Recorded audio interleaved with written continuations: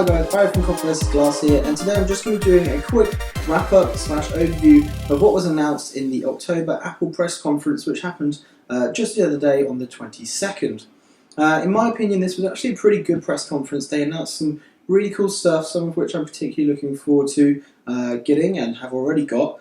But let's get into it. So the two main sections are, of course, hardware and software. What did they announce in the hardware section? Well, the things they announced in hardware were kind of things that some of them we expected and some weren't. Things we kind of expected were the new laptop refreshments. So, for example, now they've pretty much done away with the old-style MacBook Pro with the optical drive, bar one 13-inch model, and replaced them pretty much with all the Retina models. So now you have the 13-inch Retina, the 15-inch Retina, all new Haswell chips inside with amazing graphics and fast processors. The 13-inch Retina starts at 1099, goes up to 1499, this is pounds. The 15-inch Retina starts at 1699 and goes up to 2199. Now, these prices are reduced from the previous Retina models and does bring them down to similar MacBook Pro models, so they are now kind of just taking over what the normal MacBook Pro used to be now that they're discontinued. So you really now have two Mac laptop models. You have the MacBook Air, the one model of the 13-inch MacBook Pro that's still there, and then you've got the Retina MacBook Pros, which I think is a really good consolidation of the line. The other big update that they gave out was the more details and sort of a release date of the Mac Pro. Now this is their sort of black dustbin looking desktop computer.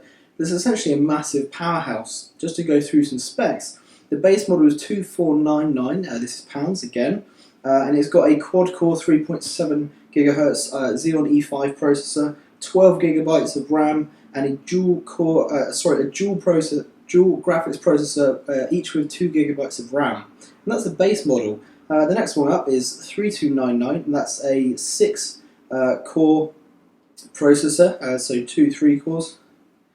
And it comes with 16 gigabytes of RAM. It's got 2 graphics cards, each with 3 gigabytes of video memory. So again, massively powerful. And again, you can spec it up from there. They haven't said exactly when this one's coming up, but it's going to be sometime around December, and it's looking pretty good. And I actually think that for the power and performance you're getting, it's a really, really good price. So those are two sort of computers, hardwares that they refreshed and released.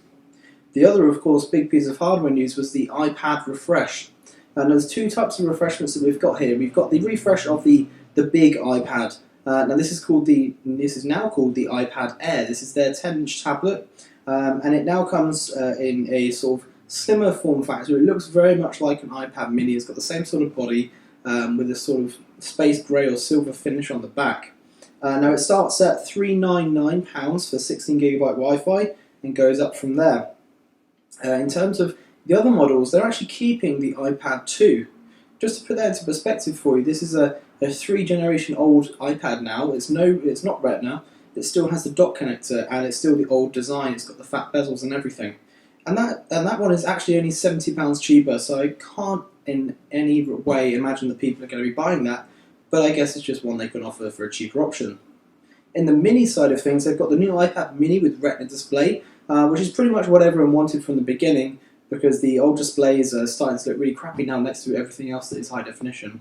The iPad mini with Retina, Wi-Fi 16 gig, starts at £319, and they're still selling the old iPad mini with the standard display, not Retina.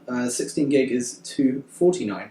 So we've now got 4 models of iPad, and in my opinion it's actually a little bit, I'm going to say it's a little bit fragmented. Coming from an Android perspective, I hate to use that word, but it doesn't look good. They now have 4 options instead of just mini and big iPad, and I'm not sure if it's a great way to go, especially still offering an iPad 2. I think it's a bit of a joke, to be honest.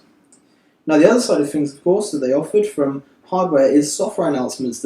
Probably the biggest announcement was that Mavericks was released on the day, so you can download it right now from apple.com.